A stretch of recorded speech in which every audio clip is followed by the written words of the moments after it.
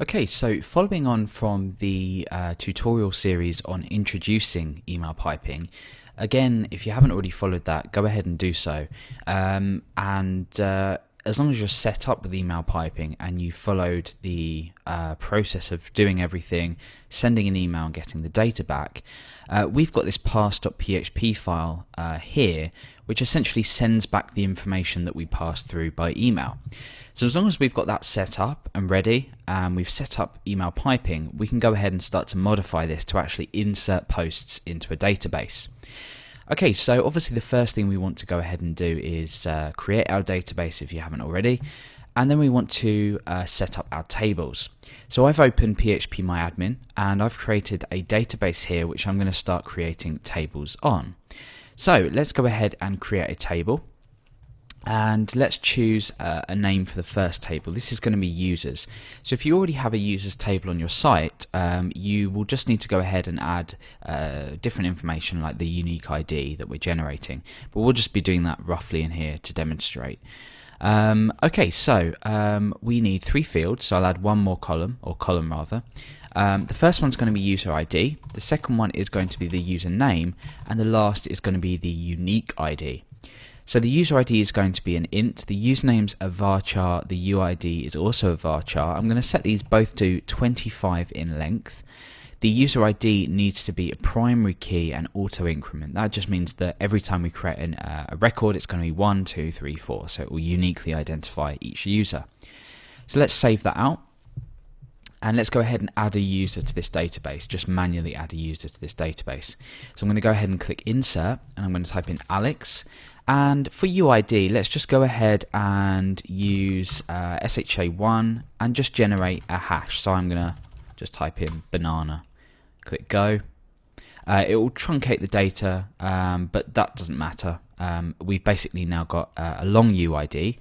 Let's actually go and shorten that out. The point is here that this UID will be randomly generated for each user that registers on your site, and it will be given to them only. No one else will be able to see this. So it doesn't matter how you generate that as long as it's here with your other user data. So this is the string that we're going to be copying and pasting into our email to send this email to. So the next thing to do really is to create the posts table, insert a couple of test posts, and then we'll set up the index page to list these posts out.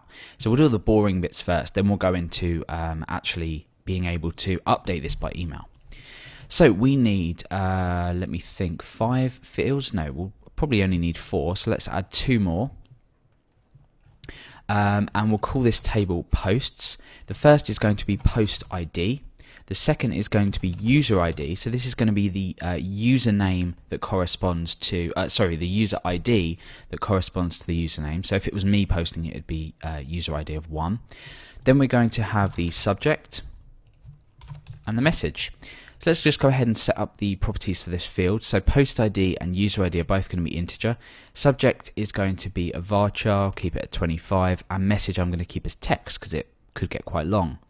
So for post ID, this is going to be an auto increment, and it's also going to be a primary key. And we can leave user ID as it is. We don't need to do anything to that because we're going to manually insert that data. So hit save. That should create that table for you. We're going to go over to it now, and everything looks cool. Let's go ahead and insert a couple of test posts. So I'm going to insert a user ID of 1. The subject here is going to be love the site and love what you've done with the place. And let's insert another one from me. Forgot to add love the color scheme. So let's go ahead and click go. Browse our table. We've got the subject and the message. Now the point of this is we're going to output the data on the home page here, tagfin.com, and that will just be the index page within the root directory, and it will just basically list all of these posts. So we'll quickly do that now, and then in the next part of the tutorial we'll move on to actually inserting these. So let's head over to our, not our email client, let's head over to our directory. So this is the root directory. Let's go ahead and create a new file called index.php. And let's go ahead and create another new file called connect.php. So connect's going to connect to our database, which is extremely important. So let's go ahead and edit that file. The first thing we want is obviously our opening PHP tag. We are going to connect to a database. We're then going to, we're going to connect to a server. We're then going to select a database. The first function here takes 3 parameters: the server that we're connecting to, the username, which is tagfin_alex, and then the password as well.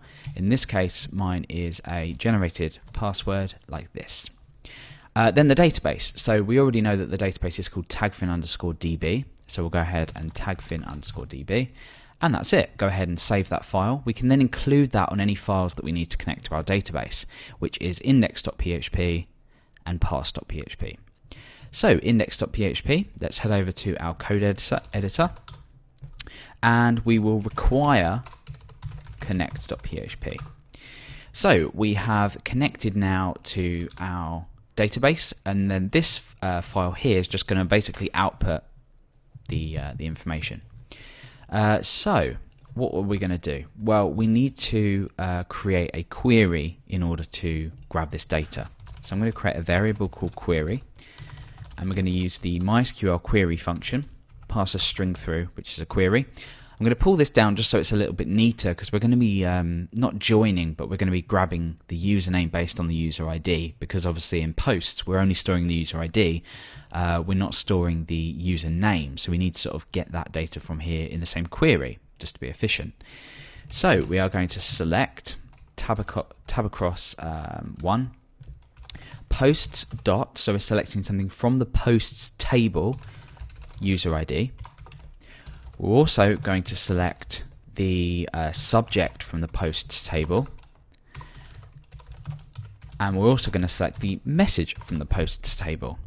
What we're also going to select is from the users table the user name, and we'll put in a little a where clause in a moment, just to say where the user ID next to the post matches that of the user in the users table. Then we can retrieve the username. So where are we selecting this from? Well, we're selecting it from posts and users. And our where clause is going to be where the post user ID is equal to the user's user ID. And that will then match these up, so we can then grab this username here. We also want to make sure we importantly group by posts dot post ID. The reason we want to group by post ID is because the post ID is unique. Otherwise, we would only retrieve one result in this case with this query. So now that we've created that query, hopefully there's no problems in there, but we'll find that out in a moment. We're going to loop through the results, because we're obviously going to have more than one post being output to the page. So again, this is very rough, as I explained in the start of the tutorial. It's not anything special. It's just literally going to be splitting out data. So we want to say, while row is equal to MySQL fetch a sock, which is going to fetch an associative array of this data, and then we can output the field names underneath here. So we pass in the query there, and we want that to loop while the query is not false. Okay, so in here what we can do is we can go ahead and just echo out anything. So what I'm going to do is I'm just going to echo row subject, just for now, okay? So I'll go ahead and save that, go back to my home page and refresh, and you'll see here we've got love the site and then forgot to add, and that is in fact our 2 subjects that we have in here. So we know that this is looping through properly, and we know this is pulling data out properly. That's the main thing. Now what we can do is we can focus on actually, let's go back to the right page, we can actually focus on outputting this properly. So I'm going to output paragraphs, and within this is going to be the data. Again, you know, we shouldn't really be using paragraphs for this necessarily, but it's just quick and easy. Okay, so within here we want to output row username, and then we want to say sed. We want to break after the colon, so we're breaking, and then we're adding on the subject, which will be a encased in double quotes, sorry. So here will be the subject, row subject, and then we want to break again, and then we want to add in the body. Now this might look confusing, but if we just break it up, we've got paragraphs surrounding the entire thing. We're echoing out and we're using the comma to echo several things at once. So we're echoing a starting paragraph tag, the username, a space, said, and then a line break, and then a double quotation mark, breaking again and entering this, outputting the subject within this these two quotation marks, breaking again onto a new line, and then we're outputting the body and then ending the paragraph tag. So this will now look like this. The body has not appeared. That's probably because I have entered body instead of message. So well done to anyone that spotted that. We've got this message field here. So basically these here correspond to, let's find it, this is a nightmare, these here. So now we have the output of the body. Perfect. We have outputted the data that we need. Now we can focus on the more important part, which is actually sending this data by email and allowing this to be posted as a user. So in the next part, we'll crack on with that.